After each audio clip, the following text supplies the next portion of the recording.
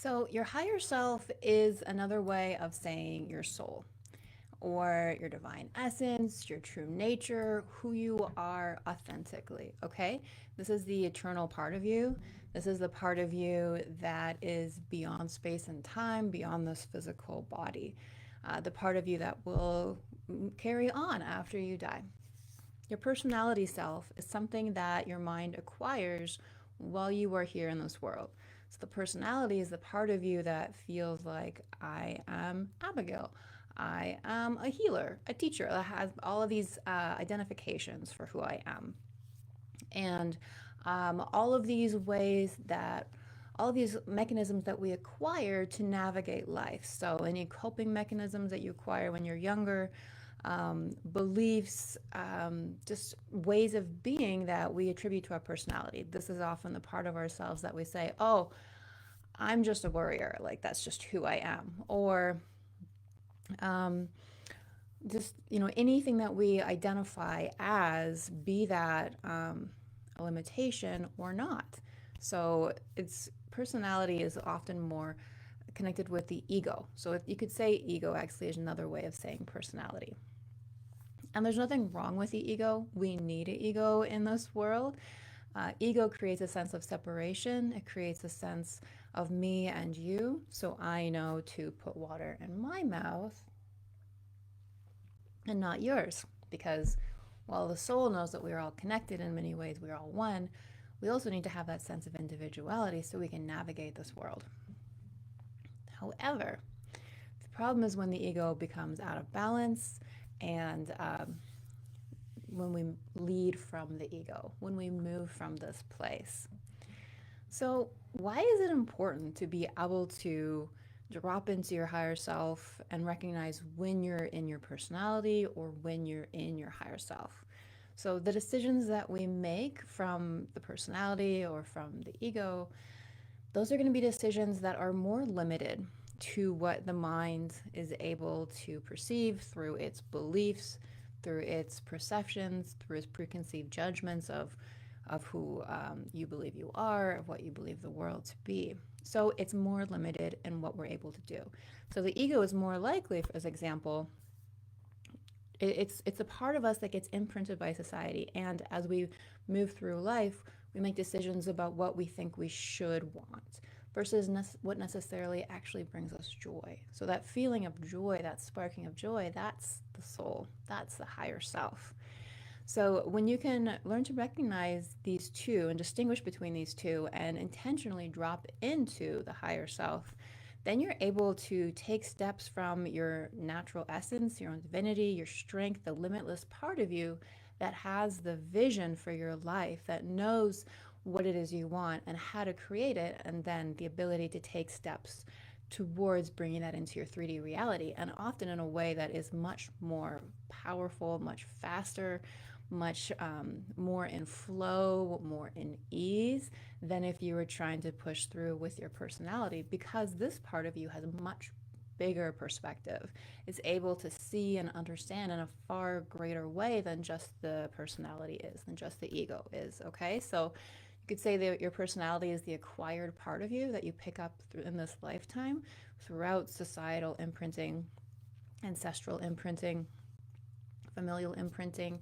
This is the part of you that is the beliefs, the perceptions of what you think should be and who you think you should be and what it is you think you should want, what success should be, what that should look like, etc.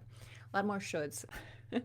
Versus the higher self is the part of you that is infinite, ever expansive, limitless, and has the vision for what it is that you really truly are meant for in this lifetime.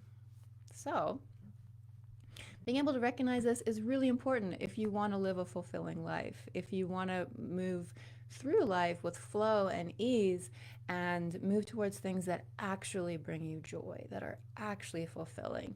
And the part of the personality is not something that we want to get rid of. It's something that we want to hold with compassion and hold with love and become like the parent to that part of you.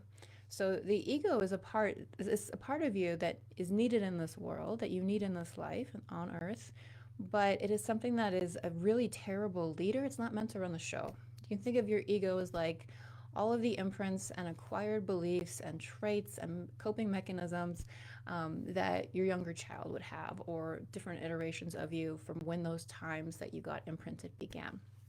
And so this is a part of you that's trying to make things work, that is often kind of freaked out, that's just trying to feel safe, that really just needs a lot of love and support and care. And where they get that from is your higher self. So when you're learning to drop into these different parts of you, you're probably going to be confronting your personality a lot, confronting your ego and the parts of you that don't necessarily feel safe, the parts of you that have been trying to control things and trying to push forward and make things happen and trying to move towards some version of success that may have been dictated by society or parents or somebody else that is not your higher self. So it's really important to learn to drop into your higher self, which you could also look at it as your loving guardian, like the loving parent within you, and witness these parts of you that might not feel safe, these parts of you that are trying really hard to hold on to control, parts of you that may feel like powerless or helpless. Often, how you can recognize when you're in your ego or your personality aspect of yourself is when you are in that victim archetype. And that can look like complaining a lot. It can look like blaming how you feel on your situation on external circumstances instead of being who you are meant to be to create the life you're meant to have. That's all about the higher self. Yeah, and drop in any questions you guys have so far. I love seeing you guys in here. Hi, Adrian. Hi, Katie. Yeah, I love to know if this is resonating with you guys. And if you've noticed for yourself, like maybe just take a moment to feel into, okay, how does my personality show up for me in my life? What does it look like when I'm in my ego? And so it's going to be a little different for everybody. For some people, it might look like really striving hard for a version of success, or it might look like a lot of complaining and blaming, a lot of feeling powerless.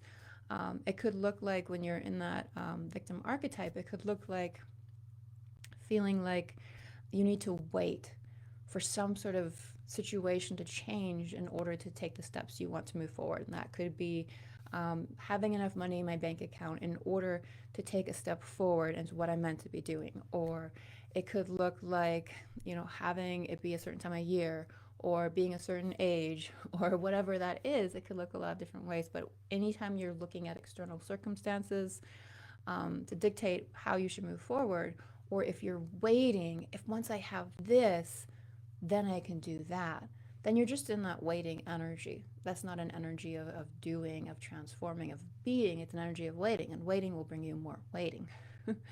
So moving past that, it is often about stepping into the discomfort of change so that you can realize who you're meant to be and be who you're meant to be.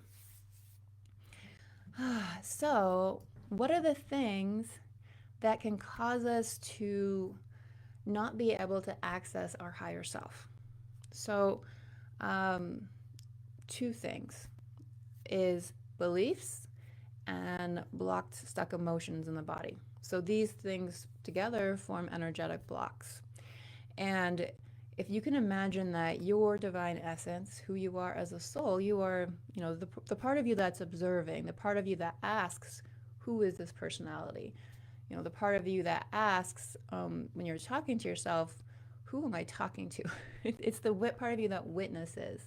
That's the consciousness within you. That's more connected to, that's the part of your essence, part of your soul. My gosh, where was I? Oh, yes, how you get blocked. So that part of you is always there.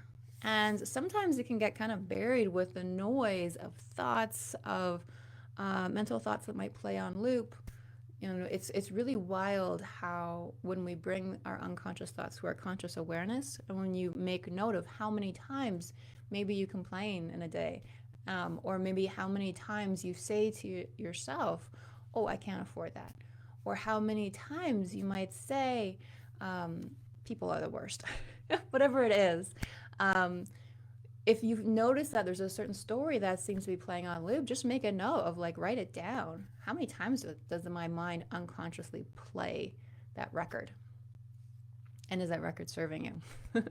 So things like that. So beliefs that are playing on loop in the subconscious, like usually not within our conscious awareness, and emotions of past experiences and emotions that are tied to those beliefs are actually held in the body until they are released, and until that record, that belief, that thought loop, until that stops playing. Because when that plays, it creates another activation of that emotion, and that adds on to the pile.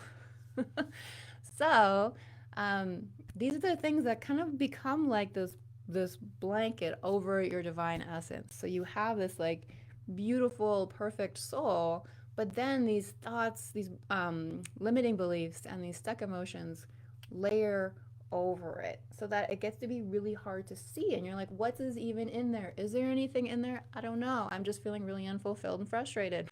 But it's there. You can't lose your soul. It's who you are. It's not, we're never going to get lost. It's just a matter of like learning how to get to it and get past these layers of limiting beliefs and emotions that get in the way.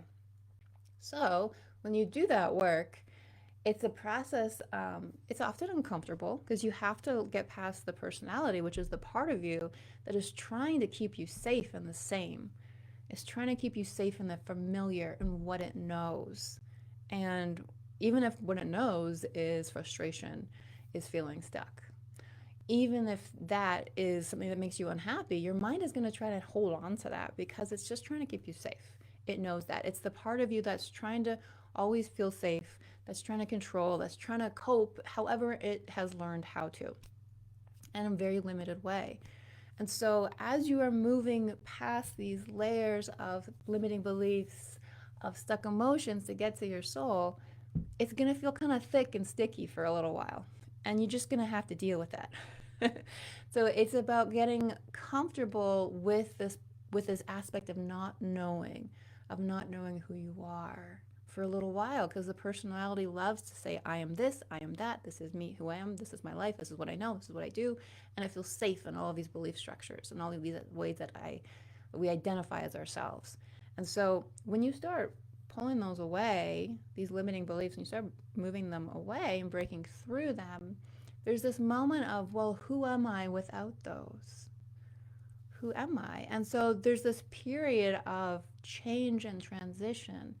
And that's the period where the personality is going to want to jump in and say, oh, this isn't working. Oop, bad idea. Oop, go back to what you're doing before. Oh, this is really uncomfortable.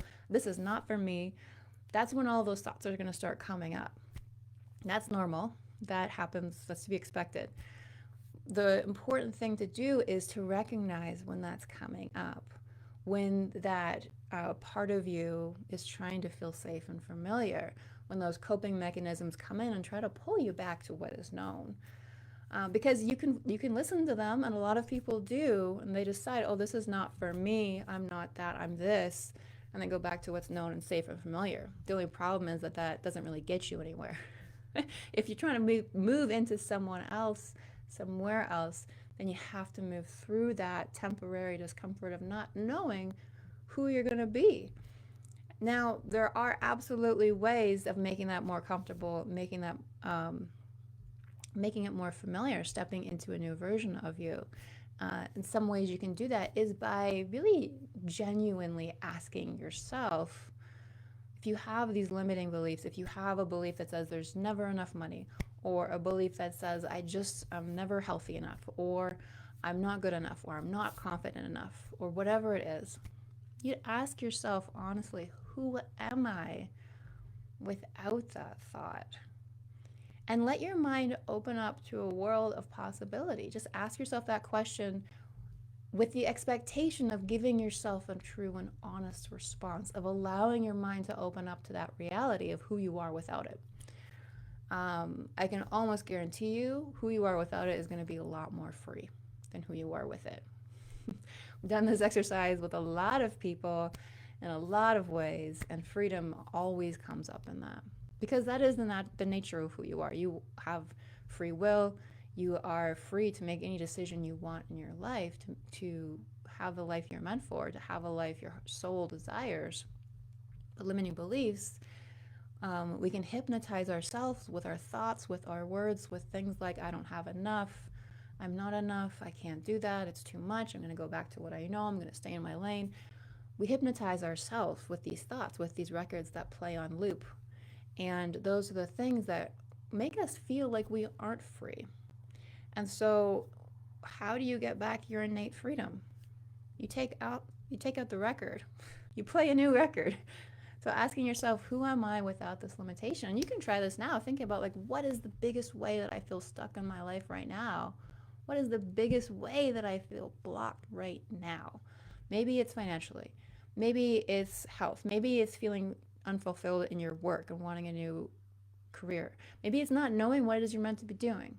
Maybe it's wanting to find a really beautiful and balanced and healthy kind of loving relationship. Whatever it is, in what way are you feeling like you're not totally in love with some aspect of your life? And then ask yourself, what is the story around this? What is the story that you might have around that?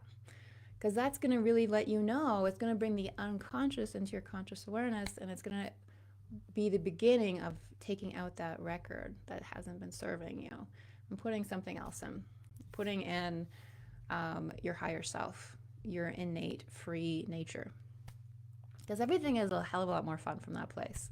So what does it look like when you're in your higher self? So when you're in your personality self, we talked a bit about that. You can feel like a victim. You can feel very limited. You can feel stuck. It can feel like your life is, your external world is to blame from the circumstances in your life.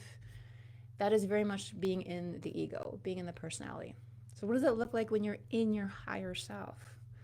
The higher self is a place of being, and from that being, we create our reality. So your world, your external world, your life, your finances, your job, your relationships, your health, those are all reflections of what's happening inside of you. So the soul knows that. The soul sees all of these patterns and all of these things and all of these beliefs that have been formed in the personality, and how that has energetically affected the body, the way that others respond to you, the frequency of money and abundance, and how much you're able to receive and circulate. So all of these things start from inside of you, and the soul understands that. So the soul is a place of radical ownership and responsibility for your own life, and at the same time, a place of intentional creation, of limitless potential. And the soul knows that you are ultimately free to have the life that you're meant for, that life that your soul chose when you came into this lifetime, when you chose to come into this world. So when you are in your higher self, when you're in that place of flow, you, like, something that I love doing is waking up in the morning. And then, by the way, I'm not 100% always in my higher self. It's definitely a back and forth. That's natural. It's normal to get triggered. It's very human. It's choosing to intentionally come back to your innate nature, to your divine essence, to the limitless part of you. That's the choice that we each get to make. So a way that I love to do this is in the morning when I wake up, when I have some time, whether it's before or after your coffee or whatever your ritual is. Maybe you get up a little earlier to do this, but sitting and clearing my energy. So I like to sit and meditate. You can do this with breath work. You can do this with a short guided meditation. You can imagine visualizing yourself connected with light. Whatever it is, you clear your energy and then call in the energy of your higher self. And you can make it a little more specific. So if you're trying to work through something specific in your life, like say you're trying to work through a relationship block, or a heavy feeling you've been experiencing, or a health issue, or a financial abundance issue, whatever it is, call in the version of you who's on the other side of that. So call in your wealthy, abundant self. Call in your incredibly healthy, full of vitality self. Call in the part of you that deeply loves yourself and is worthy of love and is in beautiful love and relationship with yourself and with possibly with another or with others.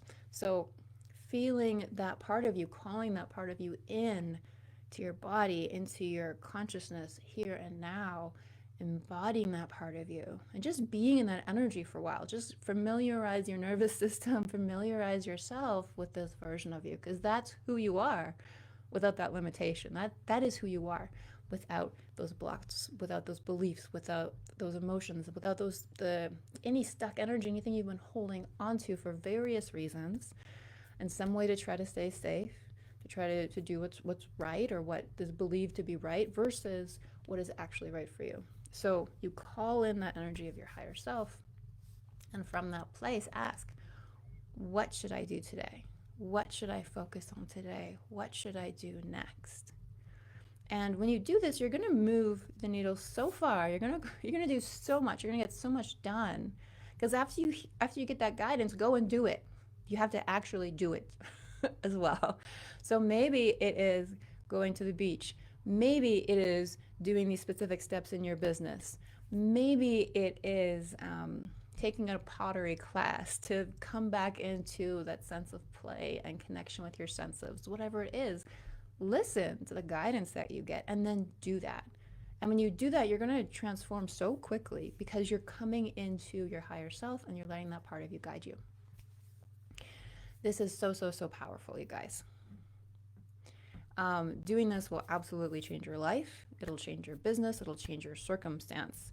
And the most important part of this is realizing that all of those things are not outside of you. They're just reflections of what's happening inside of you. So in order to change them, it's really about taking 100% ownership over your life. You are the one steering the wheel. It may have been unconsciously, and it may be to places you haven't wanted to go because the personality has been running the show. But it's ultimately been you. And the good news is that means that you can change it. You can shift it. Now, the process of shifting it also involves a lot of making the unconscious conscious. And so, it's famously Einstein said that, quote, insanity is doing the same thing and expecting a different result. So we can't come at something from the same state of consciousness and expect it to be different. So if you want to really catalyze the transformation, it's about doing different things, thinking in different ways, and becoming someone different. And so one of the fastest ways of doing this is with a guide, is with having someone help you see the unconscious and make it conscious so that you can shift it, so that you can choose the life you want. It's about having a guide who can help you release those emotions that get stuck in the body. And so emotions get caught in the body, in the energetic field, in your energetic matrix. They can be things that you carry along with you from lifetime to lifetime, believe it or not. So for example, I had carried with me an immense amount of pain from my first lifetime on Earth. I've gone into this past life journey of experiencing myself in that lifetime. I was this hunter, I had this loincloth, and I went through this sequence of killing this animal and loving that until I saw the herd, its family. I made this deep eye contact with it, and in that moment my heart broke for the first time on Earth, in this realization of, I've caused such incredible suffering. I've taken this life, but also this is a part of how I need to live and be here. And so I spent so many lifetimes, you guys, reconciling that pain until I was listening to a powerful shamanic journey. There was a recording, and I was listening to it every night for 2 months. Every night for 2 months. And I started to ask myself, man, this is deep work. I wake up feeling more tired than when I went to bed. It's an hour-long guided journey. Very powerful. And I was doing this for 2 months, and I was starting to wonder at some points, am I getting anywhere? I mean, I'm just getting more tired the next day. I go to bed and I'm doing such deep work in this journey that I'm more tired. But I just felt like I needed to. I trusted my higher self as said, keep going. Instead of the personality that said, oh, this isn't working, let's back up, let's hit the brakes, this is not worth it, this is not who I am. All of those parts of me that wanted to stay safe and familiar, I just trusted my higher self, my intuition, that gut feeling, and I just kept going. And maybe you could look at it like, well, what would happen if I just didn't stop, if I just kept going? And then one night, usually when I was doing this journey, because it was very deep and powerful, so often when you encounter a powerful journey, you get kind of knocked out. Like your soul kind of knocks you out. So it's hard to like consciously follow along with everything because you need to receive it at a very deep and powerful level. So the personality, the conscious mind often just kind of like gets like kind of feels like you're falling asleep or you're in and out of sleep, but there's very powerful soul work happening underneath the surface. And so I just did the soul work every night for 2 months, and eventually that's deep, deep soul work surfaced more and more and more into my conscious awareness, and I was able to actually stay awake and follow along on this whole journey. And I got to this one point of connecting with one of my spirit guides, and the intention was to release anything that had been blocking us from moving forward, to let that go. And all of a sudden, my guide said, let go of this pain and you will move forward. And in that moment, I could see and feel and sense what it was talking about. And it was all of this pain I had carried around the suffering of animals on the earth. And as I was seeing and feeling that, I made the decision to let it go. I'm going to let it go. I'm choosing to let it go now. And as I did that, I could also feel the parts of me that had been holding on to it, that felt like letting it go would somehow be a betrayal. That felt like letting it, but I needed that to be me, or that I needed that to remember. But I don't. None of that's true. That's just creating, it was just creating more suffering in the world through me. So I chose to let it go despite all those parts of me that have been holding on. And in letting it go, I could just feel this huge release coming energetically, releasing from me, from my field, from my being, from my heart, from my soul, just letting go of this pain that had been there for so many lifetimes. And then the next morning, I just felt amazing. I felt so light. I was looking up at the sky with tears in my eyes, and I had this clarity and understanding of, oh, it's going to be so much easier. It's so much easier to move forward now. And this realization that all of this pain that I've been holding on to was stopping me from moving forward. It was weighing me down. It was preventing me from fully stepping into my soul, my divine essence, and moving forward from that place. Was I consciously aware of that? No. It just looked like frustration in my life. Like, why am I not feeling good? Or why do I not have energy to do this? Or why do I sabotage this? That's how it showed up. Those were the symptoms. But what was truly happening was this deep unresolved pain and these beliefs, these emotions that had to be let go, that had to be released so I could come into my natural rhythms and alignment and move forward. So 2 months of listening to this recording, my mind saying, we're not getting anywhere, we probably should stop. But I kept going, and then all of a sudden, massive breakthrough. So that's often how these things work. But I allowed myself to be guided. Every time I listened to that record, I was guided through this powerful shamanic journey. And so, can you do this? 100%. We, like, who you are, your soul is who you are. You can never lose that part of you. And knowing yourself is your birthright. It's like the most beautiful thing when you come into this physical world, is to actually know yourself as a soul while getting to experience life on earth. That is so flippin' amazing. It's bridging heaven and earth. It's bridging your divine essence with this beautiful physical world that we get to experience. Everything becomes way more deep, way more meaningful, way more beautiful. You know, you ever have those little moments that feel sacred, that cause tears to well in your eyes? It is living in that way. It is being that version of you where you see so much beauty and magic everywhere because you are filled with it. You are it. You are a part of it. So we all have this ability to step into our higher self, to embody that part of us, to move forward and have our life be a reflection of our divine essence and mission and what we're meant to be doing in this world. But however, the things that get in the way are usually unconscious. They're usually things that we're not consciously aware of that are blocking us from stepping into the life we're meant to have. So how do you move through it is with a guide, someone who can help you to make the unconscious conscious, to become aware of what's going on so that you can move through it. And this person acts as a catalyst. So a catalyst to who you truly are, to your transformation, to your breakthrough. That can take months, years, or, you know, often people I work with, and having worked with myself as well, lifetimes. So as you do this kind of work, you're shifting profound patterns that you may have had for multiple lifetimes and may otherwise have for more. So a catalyst is an incredibly powerful thing to have. So if you guys are looking to have the support of a guide to catalyze your breakthroughs and transformation and growth, because it's really always about that. I don't believe in gurus. I am not a guru. I'm a guide. I'm here to help you come back to yourself, your own truth, and your own essence, and bring you back to that place.